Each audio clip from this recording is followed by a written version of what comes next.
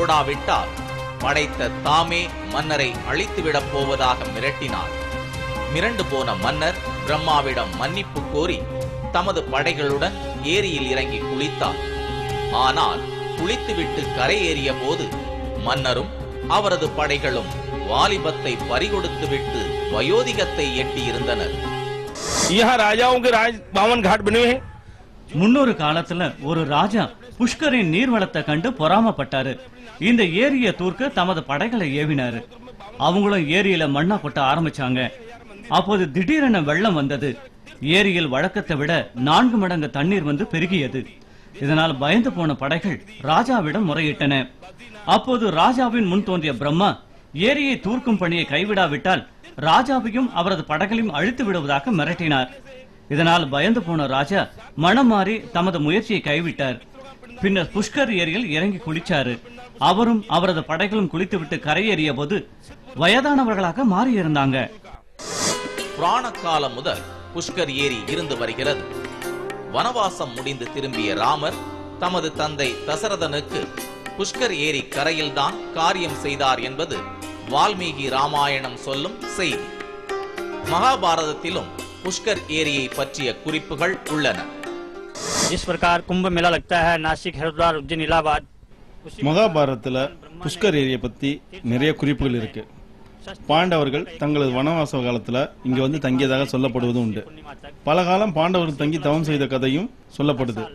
இங்க பாண்டவர்கள் வசித்த குகையும் இருக்கு.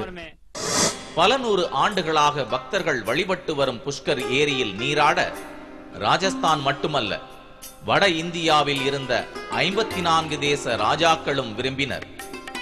ஒவ்வொரு நாட்டு ராஜாவும் இங்கு வந்து நீராட தனித்தனியே படித்துறைகள் உள்ளன. இதனால் 54 படித்துறையுடன் பறந்து விரிந்து காட்சி தருகிறது புஷ்கர்.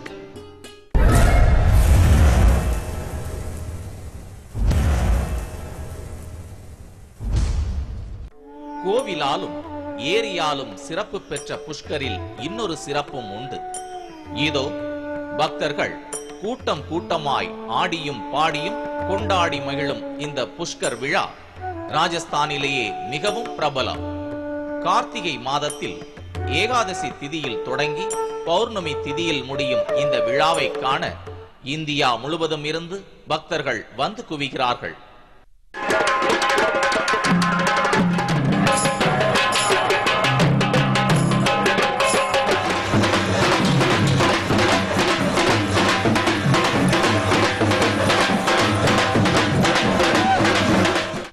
விழா நடைபெறும் நாட்களில் புஷ்கர் ஏரியில் குளித்தால் புண்ணியம் கோடி வந்து சேரும் என்பது பக்தர்களின் நம்பிக்கை. पद्म पुराण के षष्ठी खंड में ऐसा उल्लेख मिलता है. भगवान ब्रह्मा जी ने புஷ்கர்ல நடக்கிற இந்த விழா தான் இந்த மாநிலத்திலே புகழ்பெற்ற விழா. இந்த விழா 5 நாட்கள் நடக்கும். இத காண பல லட்சம் பேர் வருவாங்க. விழா அப்போ இங்க ஒட்டக பந்தயம் அது மாதிரி நிறைய போட்டிகள் நடக்கும். பல ஊர்ல இருந்தும் கலைஞர்கள் இங்க வந்து நிகழ்ச்சிகள் நடத்துவாங்க. ஊரே களை கட்டி வண்ணமயமா காட்சி அளிக்கும். ஆடல் பாடல்னு ஒரே கலக்கலா இருக்கும். புஷ்கர் விழா என்றே அழைக்கப்படும் இந்த விழா 5 நாட்கள் நடைபெறும். 5 நாட்களிலும் புஷ்கரே களை கட்டி காட்சி தரும். பிரம்மாஜி ने புஷ்கருக்கு பெருமை சேர்க்கிறது கோயில் விழா தான். பிரம்மாவுக்கு விழா எடுக்கிற ஒரே ஊரும் கூட இதுதான். இந்த விழாவின் போது இங்குள்ள மக்கள் எல்லாமே புஷ்கர்ல ஒன்னா கூடுவாங்க. வெளியூர்ல இருக்கிற உறவினர்கள் எல்லாம் இங்க வந்து ஒருத்தர் சந்திச்சு மகிழ்ச்சியா இருப்பாங்க. சில வீடுகளில் இதே நேரத்தில் திருமணத்தை நிச்சயம் செய்யறது கூட உண்டு. சுப நிகழ்ச்சிகளை இந்த விழாவின் போது நடத்துவாங்க. புஷ்கர் விழாவின் போதுதான் புகழ் பெற்ற ஒட்டக ஓட்டப்பந்தயம் நடைபெறுவது வழக்கம். நாலாவிதமான போட்டிகளாலும் வந்து குவியும் பக்தர்களாலும் திண்டாடி திணறிவிடும் புஷ்கர். சக்தி பீடத்துல இங்க இருக்கிறதுல முக்கியமான இது அம்பாளுடைய கை விழுந்த இடம். ஆகவே சக்தி பீடத்து தரிசனமும் பிரம்மா கோயில் தரிசனமும் பார்த்துட்டு போறோம். எங்களுக்கு கைடா ஒருத்தர் வந்திருக்காரு லோக்கல்ல. அவர் தான் எல்லா இடத்துக்கும் கூட்டு போயிட்டு வந்தாரு. நாங்க தரிசிச்சுட்டு நாங்க கிளம்பிடுறோம். இன்னைக்கு காலையில வந்தோம், 2 கோயிலையும் பார்த்தோம். பூர்ண திருப்தி எங்களை பொறுத்த வரைக்கும். இது ஒரு ஆன்மீக மாற்றங்கள். அதனால முடிச்ச உடனே நாங்க ஊருக்கு கிளம்பிடுவோம். உலகத்திலேயே ஒரே கோயில் பிரம்மாவுக்கு இந்த இடத்துல நமது இந்தியாவில இருக்குது. இத பார்க்கணுங்கிற ஆர்வம் என் கணவர் என்கிட்ட நிறைய தடவை சொன்னாரு. எங்களுக்கு இப்பதான் சந்தர்ப்பம் கிடைச்சது வர்றதுக்காக. அதனால இந்த பிரம்மா கோயிலை பார்த்துட்டு போலான்னு வந்தோம். சக்தி பீடத்தையும் பார்த்தோம். ஒவ்வொரு சக்தி பீடமும் போறது எங்களுடைய வழக்கம். என் கணவர் எப்பொழுதுமே சக்தி பீடங்களை ஒவ்வொன்றா விசிட் பண்ணுவாரு. இது ரொம்ப நாளா பிளான் பண்ணோம். இன்னைக்கு தான் எங்களுக்கு மெட்டீரியலைஸ் ஆயிருக்குது. விழாவில் பங்கேற்கும் பக்தர்கள் இப்படி பலவிதமான வேடங்களிலும் வலம் வருவார்கள். இசையும் கூத்துமாக திருவிழா கண்கொள்ளா காட்சியாக இருக்கும். வறண்ட மாநிலமான ராஜஸ்தானில் வண்ணமயமான வாழ்க்கையும் உண்டு என்பதை சொல்லாமல் சொல்லுகிறது இந்த விழா.